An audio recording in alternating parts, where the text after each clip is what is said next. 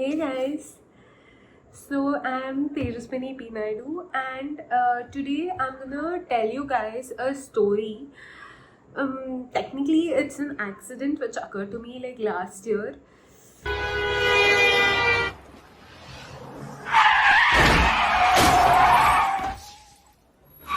Where I literally went and told hello to that, that guardian of the hell, that hellhound or whatever. I literally told hi to him and I came back. Damn! And I'm pretty sure I'm not gonna go to heaven because of all the haram I've done in my life. So yeah, it was hell and that hellhound with that big horns and all. So what happened was I usually used to wake up like very early and go to college, but I'm sorry, my voice is very bad because I've got a very bad cold. Probably because of my harami friends, but okay, friends only. It's fine. So, what happened was, normally I drive like around 80-90 speed, but that day I don't know what happened to me. I was like in 40 or 50s. So there was a lorry parked in the left lane, which is a lane for two-wheelers. Apparently, it is also for parking and all, but I don't know that. But okay, so what happened is there was a lorry parked, and I saw the mirror. I saw my right mirror. There was literally no one behind me. And I took a turn and I was going. And I don't know from where this PT guy came. He came so fast and it was like so fast it was.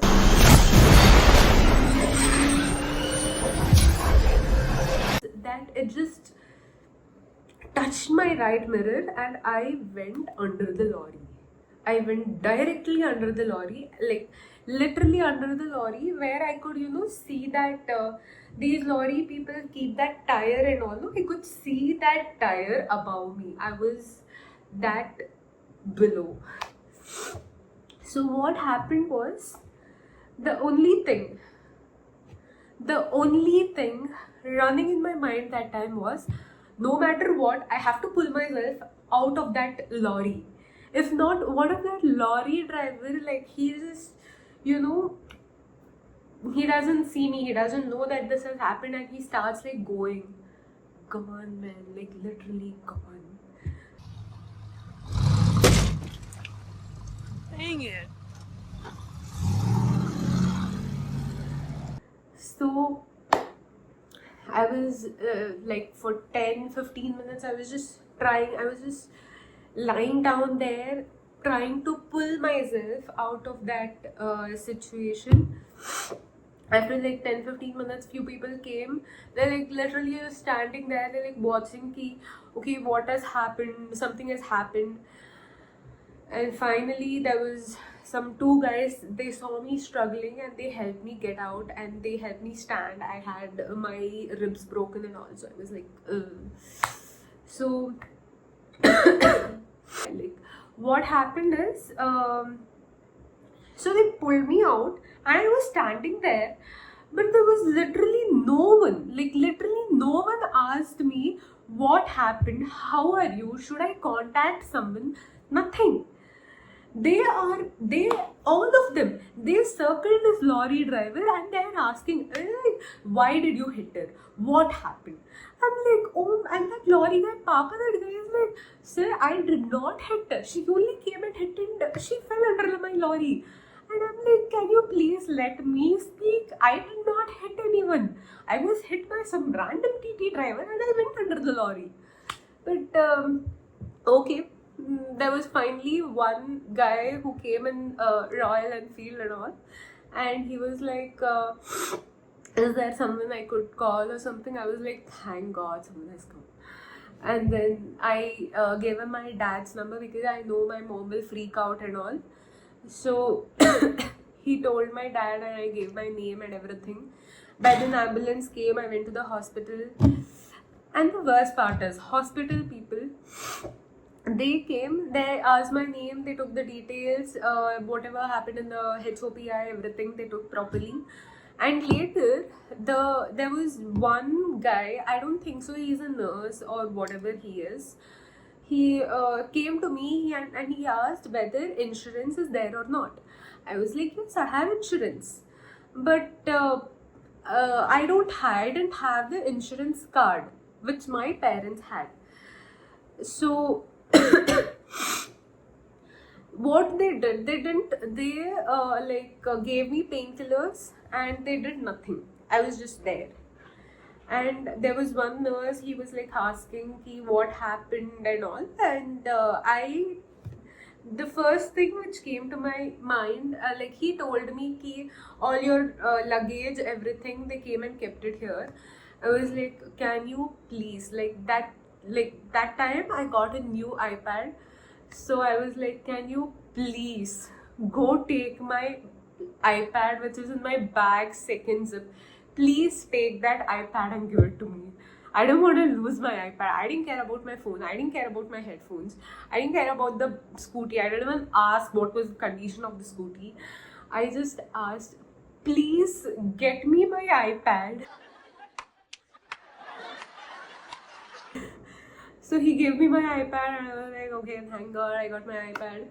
And then he's like, should I call your parents? I'm like, yes, please. And then I spoke with my parents. And after my parents came, the procedure became immediate. Like my parents came, obviously they paid the bill and everything they did. I was like, I asked that nurse 2 times, why are they not taking me to get an X-ray done? They are giving some random reasons. They're like, this patient is there, that patient is there. They didn't even tell me ki, okay, we want you to pay the bill and then we'll get an X-ray done. Surprise, motherfucker. If you'd have told me that, I would have paid. Instead of that, they made me wait with that much pain and all. But okay. Finally, my parents came and my mom, she's like full on tears. Like my mom is full on crying. And she's like, why are you torturing me so much? Why do you hate me so much? ओ भाई मारो मुझे मारो I'm like, mother, I didn't do anything. I literally did nothing to you. Can you like please stop shouting at me when I'm literally about to die here? Please don't shout at me when I'm dying in pain. And then my brother and my dad came and I told my dad, I'm like, Daddy, please don't leave my side and go because mom is shouting at me. I am dying here in pain and she's shouting at me. Please don't leave me and go. So my dad was with me the whole time. And finally they took me to X-ray. So here, it was fine. Everything was going fine. Like this time, my mom came with me. She was like full on crying. She was asking everyone, literally everyone. She's like, will my daughter be fine? Is she all right? I'm like, mother, I am next to you. I am talking. I am all right. Like, please. I am fine. Don't go around asking people whether I will live or not. I will live. I am like fine, I guess. And I am dying in pain. I couldn't move because I had a spinal injury and ribs broken and all. I am in that situation. And we went to the radiology department to get the X-ray done.